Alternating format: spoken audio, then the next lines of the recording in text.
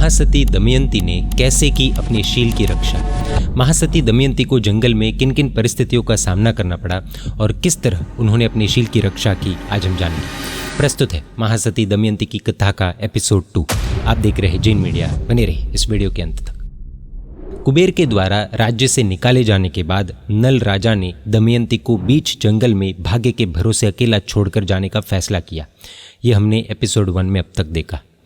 दमयंती पेड़ के नीचे पत्तों की बनी शैया यानी कि बेड पर आराम से गहरी नींद में सो रही थी।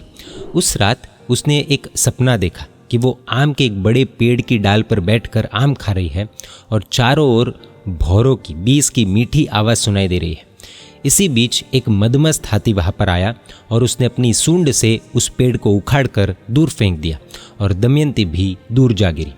गहरी नींद में एक अजीब सपना देखकर दमयंती अचानक जाग गई। जागने के बाद जैसे ही उसने पास में अपने पति की शैया खाली देखी, यानी कि पति को नहीं देखा, तो उसकी आंखें फटी रह गई। वो चारों ओर अपने पति को ढूंढने लगी, नल को ढूंढने लगी, लेकिन कहीं भी उसे अपना पति नजर नहीं आया। उसने पूरी ताकत से अपने पति को पुकारा, लेकिन कहीं से भी कोई उत्तर नहीं मिला। वो एकदम घबरा गई और बेचैन हो गई। वो डर के मारे इधर उधर देखने लगी। उसकी आंखों से आंसू बहने लगे। जब वो अपने आंचल से आंसू पहुंचने लगी, तभी उसकी नज़र अपने वस्त्र के उस हिस्से पर गई जहाँ पर कुछ लिखा हुआ था। दमयंती ने खून से लिखा अपने पति का वह संदेश पढ़ा और पल भर के लिए वो एकदम शॉक हो गई। उसने सोचा, अरे ये क्या मेरे पति मुझे जंगल में अकेले छोड़कर कहीं और चले गए हैं? मैंने तो कभी नहीं सोचा था कि वो मुझे इस तरह से अकेला छोड़ देंगे। ये सोचकर दमयंती ज़मीन पर गिर पड़ी। उसकी आंखों से लगातार आंसू बहते रहे। थोड़ी देर के बाद वो होश में आई। दमयंती ने सोचा, अब डरने या रोने से क्या होगा। सचमुच मैंने सपने में जो देखा था वो सच हो गया है कि मैं आम के पेड़ पर मीठे आम का स्वाद ले रही थी, जैसे इतने दिन तक मैं राज सुख का आनंद ले रही थी। भौरों की गुनगुन की तरह परिवार की खुशियाँ थी, लेकिन अचानक दुष्ट हाथी ने पेड़ उखाड़ दिया और उसी तरह दुर्भाग्य ने मेरे सारे सुख छीन लिए। लेकिन मैं अब कहाँ जाऊँ? अब मेरा सहारा कौन है? ये सोचते हुए उसने डिसाइड किया कि उसके पिता के घर यानी कि कुंडिनपुर जाना ही सबसे अच्छा होगा, उचित होगा, और वो कुंडिनपुर की ओर चल पड़ी। इधर नल दमयंती को छोड़कर जंगल में आगे बढ़ रहा था। पत्नी के साथ किए इस विश्वासघात की बात उसके मन में बार बार आ रही थी, उसे खाए जा रही थी। जंगल के फल फूल और झरनों का पानी पीकर वो अपनी भूख और प्यास मिटाता रहा। एक दिन सुबह के समय में नल आगे बढ़ रहा था, तभी उसने दूर से उठता हुआ धुआं देखा। वो उसी दिशा में चल पड़ा। वहां जाकर उसने देखा कि एक बड़ा सांप स्नेक आग में जल रहा है। वह विशाल शरीर वाला सांप आग से बचने के लिए तड़प रहा था और इंसान की भाषा में चिल्ला रहा था, मुझे बचाओ, मुझे बचाओ। सांप को जलते देखकर नल का दिल पिघल गया और वो किसी तरह उस सांप को बचाना चाहता था। उसने तुरंत अपना एक वस्त्र उस सांप पर डाल दिया और सांप उस कपड़े से लिपट गया। नल ने उस कपड़े को बाहर खींचा और उसके साथ सांप भी बाहर आ गया। सांप के बचने से नल काफ़ी खुश हुआ। नल कुछ सोच ही रहा था, तभी उस सांप ने उसके हाथ में जोर से काट लिया। सांप के डंक से नल जमीन पर गिर पड़ा और थोड़ी देर में सांप के जहर के असर से नल का रूप बदल गया। उसका चेहरा कुरूप हो गया, यानी कि अच्छा नहीं लग रहा था, और शरीर झुककर कुबड़े जैसा हो गया। अपने शरीर में अचानक हुए चेंजेस को देखकर नल हैरान रह गया और उसने सोचा, मैंने तो इस सांप को आग से बचाकर अच्छा ही किया था और इसने मुझे डस कर बुरा कर दिया। सच है, सांप को दूध पिलाना भी नुकसानदायक होता है। सांप के जहर से नल की मौत तो नहीं हुई, लेकिन शरीर बदल गया। तभी वहाँ पर एक चमत्कार हुआ। सांप ने अपना असली रूप दिखाया और नल ने देखा कि वो सांप के रूप में तो उसके पिता निषद देव है। नल को समझाते हुए निषद देव ने कहा, बेटा नल, मैं तेरा पिता निषद हूँ। चारित्र धर्म के प्रभाव से मैं मरकर 5वें ब्रह्म देवलोक में देव बन गया हूँ। तेरे प्रति मेरे लगाव के कारण से ही मैं तेरी मदद करने के लिए यहाँ पर आया हूँ। तेरे जीवन में कई कठिनाइयाँ आएंगी, उनमें तू हार न जाए, इसलिए मैंने तेरा ये रूप बदला है। ये सांप भी मैं ही था। नल ने कहा, पिताजी, क्या मेरे दुश्मन मुझे पहचान न ले, इसके लिए कोई और तरीका नहीं था? निषद देव ने कहा, तुम्हारे अद्भुत रूप और सुंदरता को देखकर कोई स्त्री तुम्हें अपने जाल में फंसा न ले, इसलिए तुम्हारे शील की रक्षा के लिए ही मैंने जानबूझकर तुम्हारा ये रूप किया है। नल ने पूछा, क्या अब मेरा असली रूप कभी भी वापस नहीं आएगा? उसी समय निषद देव ने नल के हाथ में एक श्रीफल यानी कि कोकोनट और एक करंडिया यानी कि एक तरह का बर्तन देते हुए कहा, इस श्रीफल में रखे वस्त्र और करंडिये में रखे गहने जब तुम अपने शरीर पर पहनोगे तब तुम्हारा असली रूप वापस आ जाएगा। निषद देव ने नल से पूछा, अभी तुम कहाँ जाना चाहते हो? नल ने कहा, मुझे सुसमार नगर पहुंचा दीजिए। देव के प्रभाव से नल कुछ ही पलों में सुसमार नगर के बाहर पहुंच गया और उसके बाद वह देव वहां से चला गया। नल सुसमार नगर में पहुंचा और उसने सुना कि वहां के महाराजा दधिपर्ण का हाथी आलान स्तंभ को तोड़कर, यानी कि हाथी को बांधने वाली जगह को तोड़कर नगर में तूफान मचा रहा है। हाथी के केयर टेकर्स, जिन्हें महावत के नाम से जाना जाता है, वे सभी बहुत कोशिश कर चुके थे, लेकिन हाथी काबू में नहीं आ रहा था। नगर के सभी लोग इस कारण से बहुत परेशान थे। तभी कुबड़े के रूप में नल ने कहा, मुझे उस हाथी के पास ले चलो, मैं उसे तुरंत काबू में कर लूँगा। लोगों ने कहा, जब बड़े बड़े माहिर महावत उस हाथी को काबू में नहीं कर पा रहे हैं तो ये कुबड़ा कैसे कर पाएगा? पहले तो किसी ने भी ध्यान नहीं दिया, लेकिन जब नल ने बार बार कहा तो वे उसे हाथी के पास ले गए। नल ने पहले हाथी को खूब घुमाया, फिर उस पर चढ़ गया। मुट्ठी के प्रहार से उसने हाथी को काबू में कर लिया और उसे ले जाकर आलान स्तंभ से बांध दिया। कुबड़े के इस अद्भुत काम को देखकर महाराजा दधिपर्ण बहुत खुश हुए और उन्होंने उसे इनाम में एक गाव और 1 लाख सोना मोहर देने की बात कही। कुबड़े के रूप में रहे नल ने कहा, मुझे इतने बड़े इनाम की जरूरत नहीं है राजन। लेकिन राजा के कहने पर उसने 1 लाख स्वर्ण मुद्राएं ले ली। राजा ने उसके रहने की व्यवस्था भी कर दी। धीरे धीरे समय बीतने लगा। एक दिन राजा ने उससे पूछा कि तुम्हें हाथी को काबू करने के अलावा और क्या क्या आता है? कुबड़े ने कहा, और तो कुछ नहीं, लेकिन मैं सूर्यपाक रसोई यानी कि सोलार फूड बना सकता हूँ। राजा को ये सुनकर आश्चर्य हुआ और उन्होंने कुबड़े की परीक्षा करने के लिए सभी चीज़ें दी। नल ने सभी चीज़ों को विधि से सजाया और सौरी विद्या यानी कि सोलार पावर का यूज़ किया और थोड़ी देर में रसोई तैयार हो गई। उसने राज्य के मुख्य लोगों को वो सूर्यपाक रसोई खिलाई और सभी ने पहली बार इसका स्वाद लिया और खुश हो गए। राजा ने आश्चर्यचकित होते हुए पूछा, हर जगह तो यही बात कही जाती है कि नल राजा के अलावा कोई सूर्यपाक रसोई नहीं बना सकता, तो तुम्हें ये कला कैसे आई? कुबड़ा, जो कि नल ही था, उसने कहा, मैं नल राजा का रसोइया था। नल राजा ने मुझे सूर्यपाक रसोई बनाना सिखाया था, पर दुर्भाग्य से वे कुबेर के साथ जुए में सब कुछ हार गए और पत्नी के साथ जंगल चले गए। उसके बाद उनका क्या हुआ कोई नहीं जानता। ये कहते कहते उसकी आंखों से आंसू बहने लगे। नल दमयंती की मृत्यु की पॉसिबिलिटी होने से राजा दधिपर्ण भी दुखी हो गए। राजा ने कहा, तुम्हारी इस कला को देखकर मैं तुम्हें वरदान देता हूँ, जो चाहो मांग लो। नल ने कहा, राजन, मेरी एक ही इच्छा है कि आपके राज्य में शराब, शिकार और जुए पर संपूर्ण रोक लगा दे। राजा ने उसकी ये बात मान ली और आदेश जारी कर दिया। इस तरफ महासती दमयंती ये सोचते हुए अपने मन को समझा रही थी कि मेरे अशुभ कर्म के उदय से मेरे जीवन में एक कठिन समय आया है, और जंगल से अपनी जन्मभूमि कुंडिनपुर की ओर कदम बढ़ा रही थी। 4 दिन लगातार चलने के बाद वो एक वट वृक्ष के नीचे आराम करने बैठी। तभी उसने दूर से एक सार्थवा की टोली यानी कि व्यापारियों की बड़ी टोली को आते हुए देखा। दमयंती ने सोचा, ये व्यापारी आ रहे हैं तो मुझे इन सभी से कुछ मदद तो जरूर मिलेगी। जंगल में ही सार्थवा ने अपना पड़ाव डाला। इसी बीच रात के अंधेरे का फायदा उठाकर कुछ लुटेरे सार्थ को लूटने आ गए। अचानक व्यापारियों की टोली में भगदड़ मच गई और लोग इधर उधर भागने लगे। ये दृश्य देखकर दमयंती के मन में करुणा उमड़ पड़ी।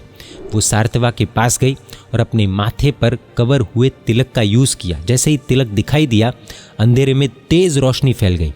महासती दमयंती के सतीत्व और शील के प्रभाव से वो सार्थवा बड़ी मुसीबत से बच गया। सार्थवा ने दमयंती का बार बार धन्यवाद किया और दमयंती को अपने मेहमान के रूप में रुकने का इन्विटेशन दिया, जिसे दमयंती ने एक्सेप्ट कर लिया। सार्थ के लोगों से दमयंती ने कुंडिनपुर जाने के रास्ते की सारी जानकारी ले ली थी।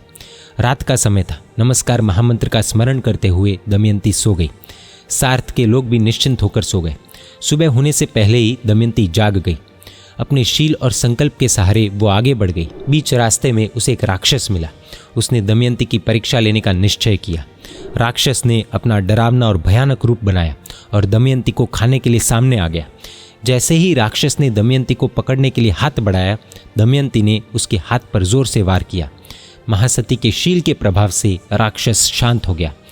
दमयंती ने उसे जीव दया का महत्व समझाया और दमयंती के सच्चे वचनों को सुनकर राक्षस ने हिंसा छोड़ दी। राक्षस ने कहा, आप मेरे कंधों पर बैठे, मैं आपको अभी विदर्भ देश पहुंचा देता हूँ। दमयंती ने सोचा, पर पुरुष के कंधे पर बैठना उचित नहीं है। इस तरह सोचकर दमयंती ने उस राक्षस से कहा, अगर तुम मेरी मदद करना चाहते हो और अगर तुम्हारे पास समय में आगे पीछे की बात जानने की विद्या यानी कि पावर है, तो मुझे बताओ कि मेरे पति मुझे वापस कब मिलेंगे। राक्षस ने अपनी शक्ति से भविष्य जानकर कहा, अभी आपके भाग्य में पति से अलग रहना लिखा है। आपके पति सुरक्षित है, लेकिन 12 वर्ष के बाद आपके मायके में ही आपका अपने पति से मिलन होगा। ये कहकर राक्षस वहाँ से चला गया। दमयंती ने सोचा, कर्म में जो लिखा है उसे स्वीकार किए बिना छुटकारा नहीं है। ये सोचकर दमयंती ने डिसाइड किया कि जब तक पति से वापस मिलना नहीं होगा तब तक मैं शरीर का श्रृंगार और स्वादिष्ट भोजन नहीं करूंगी। बारिश का मौसम शुरू हो चुका था, इसलिए दमयंती ने एक पहाड़ी गुफा में ही बारिश का मौसम बिताने का फैसला किया। वहाँ उसने मिट्टी से जिनेश्वर परमात्मा की मूर्ति बनाई और उनकी भक्ति में अपना समय बिताने लगी। इधर जब सुबह हुई और सार्तवा ने दमयंती को नहीं देखा तो उसे बहुत अफसोस हुआ। सार्तवा के लीडर ने जंगल में चारों ओर दमयंती को ढूंढना शुरू किया। आखिरकार दमयंती के पैरों के निशान देखकर वो पहाड़ी गुफा तक पहुंच गया। सार्तवा ने दमयंती को प्रभु की भक्ति में लीन देखा। सार्तवा ने दमयंती से कहा, अगर मुझसे कोई गलती हुई हो तो मुझे माफ़ करो, मुझे आपकी मदद करने का मौका दीजिए। दमयंती ने उसकी योग्यता देखकर उसे वीतराग देव और सद्गुरु की सही पहचान कराई। जैन धर्म को पाकर सार्तवा के आनंद का ठिकाना नहीं रहा। उस पहाड़ी इलाके में 500 तपस्वी रहते थे। दमयंती ने उन्हें भी धर्म का बोध दिया। एक दिन अचानक घने बादल छा गए और चारों ओर डर का माहौल बन गया, लेकिन दमयंती के शील के प्रभाव से वह डर तुरंत खत्म हो गया। कुदरत भी शील के आगे झुक जाती है। दमयंती के शील के इस प्रत्यक्ष प्रभाव को देखकर तपस्वी बहुत प्रभावित हुए। उस नगर का नाम तापसपुर नाम से प्रसिद्ध हो गया। एक दिन तापसपुर की पहाड़ी पर आकाश में देवताओं का आगमन होने लगा। थोड़ी देर में खबर मिली कि एक साधु भगवान को केवल ज्ञान हुआ है और महोत्सव के लिए देवता आ रहे हैं। तपस्वियों के साथ दमयंती भी केवली साधु भगवान के दर्शन करने के लिए गई। केवली भगवान का नाम सिंह केसरी मुनि था। उनकी उम्र ज़्यादा नहीं थी। उन्हें देखकर लोग सोच रहे थे कि इतनी कम उम्र में इन्होंने त्याग का कठिन रास्ता क्यों चुना होगा। केवली भगवंत ने सभी के मन में रहे डाउट्स को दूर करने के लिए देशना दी। तपस्वियों के हेड विमल मती ने कहा, भगवान मुझे दीक्षा दे। केवली भगवंत ने कहा, तुम्हें दीक्षा मेरे गुरु यशोभद्र सूरी जी देंगे, क्योंकि मेरा जीवन अब बहुत थोड़ा ही बाकी है। लोगों की क्यूरियोसिटी देखकर केवली भगवंत ने अपनी कहानी सुनाई कि मैं विवाह करने के लिए वर राजा बनकर जा रहा था। मैं कोशला देश के राजा कुबेर का पुत्र हूँ। संगा नगरी के राजा की बेटी बंधुमती से विवाह करके लौट रहा था। रास्ते में मेरी मुलाकात पूज्य यशोभद्र सूरी जी से हुई। उनके दर्शन और वाणी से मेरा मन संसार से विरक्त हो गया। मेरा अल्प आयुष्य देखकर, यानी कि मेरी बहुत कम उम्र बची है, ऐसा देखकर गुरुदेव ने कहा, जल्दी संयम ग्रहण करो, तुम्हारा जीवन सिर्फ 5 दिन का ही बाकी है। मैंने तुरंत विवाह छोड़कर दीक्षा ले ली और फिर इस पर्वत पर आकर अनशन किया। तप के प्रभाव से कल मुझे केवल ज्ञान हुआ है। मेरे घाती कर्म खत्म हो चुके हैं, अब सिर्फ अघाती कर्म बाकी है। दमयंती ने पूछा, भगवान क्या मैं संयम के लिए योग्य हूँ? केवली भगवंत ने कहा, नहीं, अभी तुम्हारे भोगावली कर्म बाकी है। फिर कुछ समय में वे केवली भगवंत सभी कर्मों से मुक्त होकर मोक्ष में चले गए। तपस्वियों ने उनके शरीर का अग्नि संस्कार किया और विमल मती ने पूज्य यशोभद्र सूरी जी के पास दीक्षा ले ली। सभी तपस्वियों ने जैन धर्म अपना लिया। उस समय दमयंती ने आचार्य श्री से पूछा, भगवान किस पुण्य से मुझे राजकुल में जन्म मिला और किस पाप से मुझे 12 साल पति का वियोग सहना पड़ेगा? आचार्य श्री ने बताया, पिछले एक जन्म में तुम मम्मन राजा की पत्नी वीरमती रानी थी। एक बार तुम और राजा शिकार पर जा रहे थे, तभी तुम्हें सामने से एक साधु भगवंत मिले। तुमने अपशगुन समझकर उन्हें 12 घड़ी तक रोके रखा। एक घड़ी यानी कि 24 मिनट 24 मिनट्स, तो 12 घड़ी अर्थात 288 मिनट्स यानी कि अप्रॉक्सीमेट 5 घंटे। आचार्य श्री ने आगे कहा, बाद में तुम्हें धर्म का बोध हुआ और तुमने क्षमा मांगी। उसी पाप के कारण इस जन्म में तुम्हें 12 साल पति से अलग रहना पड़ेगा, लेकिन उसी जन्म में तुमने अष्टापद की यात्रा की, 24 तीर्थंकरों की पूजा की, आयम्बिल तप किया और परमात्मा के भाल यानी कि मस्तक पर सोने का तिलक लगाया। इसी पुण्य से तुम्हें राजकुल में जन्म मिला है।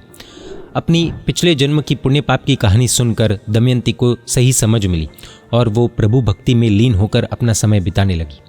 यहाँ पर एपिसोड 2 तो पूरा होता है, लेकिन सीखने जैसा सच में बहुत कुछ है। दमयंती ये समझती थी कि अप्स एंड डाउन्स जीवन का एक हिस्सा है। जब पति ने उसे जंगल में अकेला छोड़ा तब उसे दुख तो बहुत हुआ, लेकिन उसने हार नहीं मानी। सिचुएशन को एक्सेप्ट करके टैकल करते हुए आगे बढ़ने का सोचा। कोई अपना जब छोड़कर चले जाता है तो लोग सुसाइड कर लेते हैं, सुसाइड करने की सोचते हैं। लोग, पैसा, नेम, फेम आएंगे जाएंगे, लेकिन इन सब के चलते लाइफ को एंड नहीं करना होता है। अप्स आने पर सहज स्वीकार भाव और नम्रता ज़रूरी है। इसी तरह से डाउन्स आने पर भी सहज स्वीकार भाव और हिम्मत ज़रूरी है। मूव ऑन करना बहुत मुश्किल है, नो डाउट, लेकिन उससे भी मुश्किल है रियलिटी को एक्सेप्ट करना। अगर हम रियलिटी को एक्सेप्ट करेंगे तो मूव ऑन करना बहुत आसान हो सकता है। नल ने अपनी लाइफ को रिस्क में डालकर भी आग में जलते हुए सांप को बचाने की कोशिश की। वो सांप और कोई नहीं बल्कि निषद का ही जीव था, यानी कि नल के पिता का ही जीव था, जो दीक्षा के प्रभाव से मरकर 5वें ब्रह्म देवलोक में देव बना था। पिता ने अपने ही पुत्र की शील की रक्षा के लिए जानबूझकर उसका रूप कुरूप कर दिया और शरीर भी कुबड़े जैसा कर दिया। ये पॉइंट आई ओपनिंग है। कई बार शील रक्षा का उपदेश लड़कियों को ज़्यादा दिया जाता है, लेकिन शील रक्षा का सिद्धांत जितना लड़कियों पर लागू होता है उतना ही लड़कों पर भी लागू होता है। साथ ही ये भी समझ में आता है कि लड़का हो या लड़की, रूप अच्छा है और अगर सुंदर है तो ये कुदरत का वरदान नहीं है, बल्कि शील रक्षा में जोखिम है, ऐसा समझना है। जो व्यक्ति सुंदर दिखने के लिए अनेकों पैंतरे अपनाते हैं उन्हें शायद ये बात आज हजम नहीं होगी, लेकिन अनुभव से ज़रूर ये बात समझ में आएगी। बस वो अनुभव ज़्यादा महंगा न पड़े तो अच्छा है। राजा दधिपर्ण ने कुबड़े नल की रसोई की कला देखकर वरदान दिया, लेकिन नल ने क्या मांगा? शराब, शिकार और जुए पर संपूर्ण रोक। जो व्यक्ति ठोकर खाता है उसे उसकी कीमत समझ में आती है। कुछ लेसन्स ऑफ लाइफ बहुत महंगे होते हैं। जुए से क्या परिणाम आता है ये नल से अच्छा कौन जान सकता है? कहाँ से कहाँ लाकर पटक दिया। और इसीलिए कुछ पाप, कुछ व्यसन ऐसे होते हैं जिन्हें जीवन में एक बार भी ट्राई नहीं करना चाहिए। कई बार लोग बोलते हैं ना, एक बार तो सब कुछ ट्राई करना चाहिए। ये गलत सोच है, क्योंकि बर्बादी के बाद जब हमें सीख मिलती है, लर्निंग मिलती है, तब सिर्फ और सिर्फ सीख रह जाती है, लर्निंग रह जाती है, बाकी सब कुछ चले जाता है। मान लो शराब की, स्मोकिंग की, व्यभिचार की, परस्त्री गमन की अथवा पुरुष गमन की, जुए की, चोरी की, सट्टेबाजी आदि की लत लगी। हम उस दलदल में फंसते गए। ये ऐसा नहीं है कि 200-500 रुपए गए और सीख मिल गई।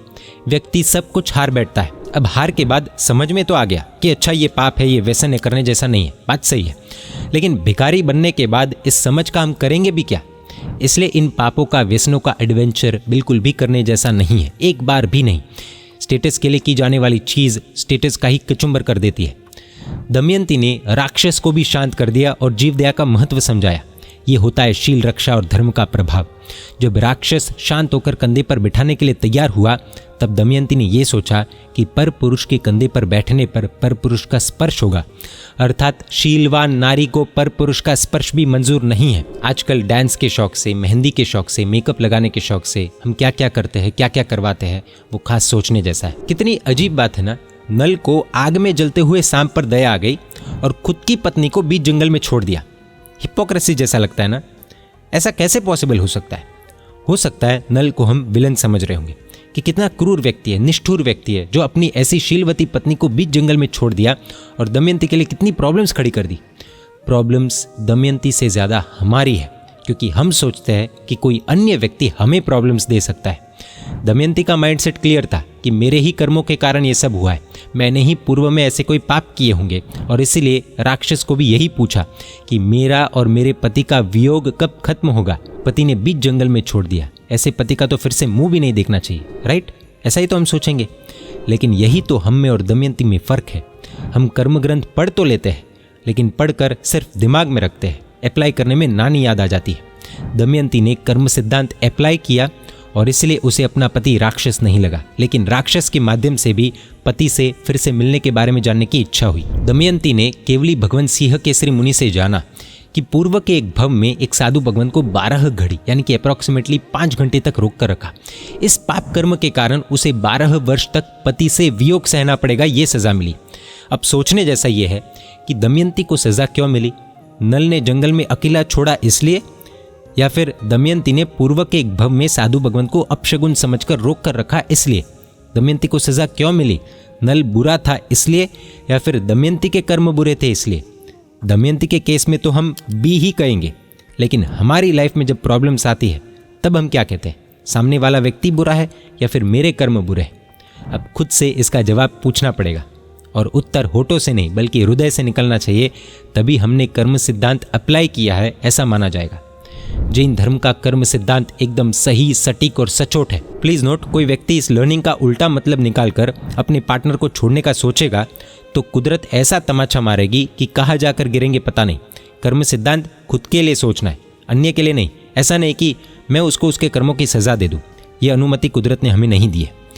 दमयंती इतनी प्रॉब्लम्स में भी समाधि में रह सकी और प्रॉब्लम्स को टैकल कर सकी क्योंकि उसने नवकार को भूला नहीं था, परमात्मा को भूला नहीं था, कर्म सिद्धांत को भूला नहीं था। अगर वो कर्म सिद्धांत को भूल जाती तो अपने पति नल को सब प्रॉब्लम्स का रूट कॉज समझ बैठती और फिर शुरू होता द्वेष। जिस हृदय में द्वेष आता है वहां से प्रभु चले जाते हैं, ये क्लियरली मानना है। वहां पर फिर प्रॉब्लम्स बढ़ती ही जाती है। दमयंती की सोच क्लियर थी कि प्रॉब्लम्स किसी और से नहीं, अपने ही कर्मों से आती है, इसलिए दोष भी दूसरों को नहीं बल्कि खुद के कर्मों को देना है। हम शायद सोचेंगे कि 12 घड़ी तक साधु भगवंत को अपशगुन मानकर वेट कराया था, उसके बदले में कुदरत ने 12 वर्ष का वियोग दे दिया। कहा 12 घड़ी और कहा 12 वर्ष। कुदरत सिर्फ बाह्य क्रिया नहीं देखती बल्कि हमारे भाव, हमारे इंटेंशंस, सामने वाला व्यक्ति कितना गुणवान है एटसेट्रा वो भी देखती है। कुदरत बाह्य क्रिया के साथ इंटेंशंस को ऐड नहीं करती बल्कि सीधा मल्टीप्लाई करती है। ये तो अच्छा हुआ कि दमयंती ने क्षमा मांग ली थी, इसलिए शायद सिर्फ 12 वर्ष की सजा मिली, वरना ये वियोग का ड्यूरेशन कितना होता वो तो भगवान ही जाने। इसलिए किसी भी साधु भगवंत के प्रति खराब भाव भाने से पहले 1000 बार सोचना चाहिए। दुख आते हैं तब भी हमें क्या दीक्षा लेने की सोच आती है, इच्छा होती है। दमयंती ने तो पति पर इतना राग होने के बावजूद और उसका खुद का उस क्षेत्र में इतना प्रभाव होने के बावजूद सिंह केसरी मुनि को दीक्षा के लिए पूछा। सोचने जैसा है। शील के प्रभाव से कितने सारे लोगों का फायदा हुआ और खुद दमयंती के शील की भी रक्षा हुई और दमयंती के पास भी प्रतिबोध की कैसी शक्ति आई, वो खास सोचने जैसा है। क्या 12 वर्ष का पति वियोग अब समाप्त होगा? क्या दमयंती अपने पति को पहचान पाएगी? और अगर पहचानती है तो कुबड़ेपन में ही क्या उसे स्वीकार कर पाएगी? क्या कुबड़े व्यक्ति की असली पहचान सबके सामने आ पाएगी? जानेंगे अगले एपिसोड में। जय जिन शासन, जय महावीर।